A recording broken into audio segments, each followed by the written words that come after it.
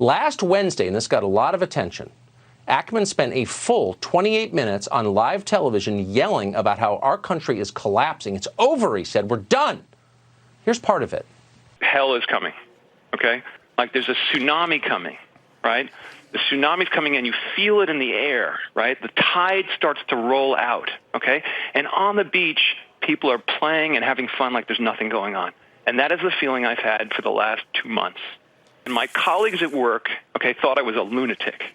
People were talking about Bill Ackman on CNBC earlier today, saying hell is coming, speaking to the Trump administration, shut down the economy, making a lot of sense, but also sounding very scary. And in the last hour, we heard from Bill Ackman, who said, quote, hell is coming. Bill Miller, meanwhile, telling us just now that this is the buying opportunity of a lifetime. So who's right? Apparently, he was making a lot of money going short on the market, turning a $27 million bet into $2.7 billion. You think it's okay to talk down the market as a famous Wall Street person and actually talk up your own book by pushing stocks down and profiting from it? Where's the morality in that, Andrew? Well, I think it goes beyond that, Stuart. What he did is by calling it hell, it's more than the market. In my opinion, he tried to cause some form of social chaos, which I do not agree with.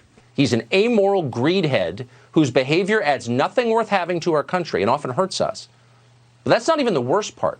After all this, Ackman is still considered a sage by his peers and fawned over relentlessly by toadies in the business press. What kind of society thinks that Bill Ackman is a role model? We should ask ourselves that. Do you know what some U.S. senators did when they got early secret warnings about this virus?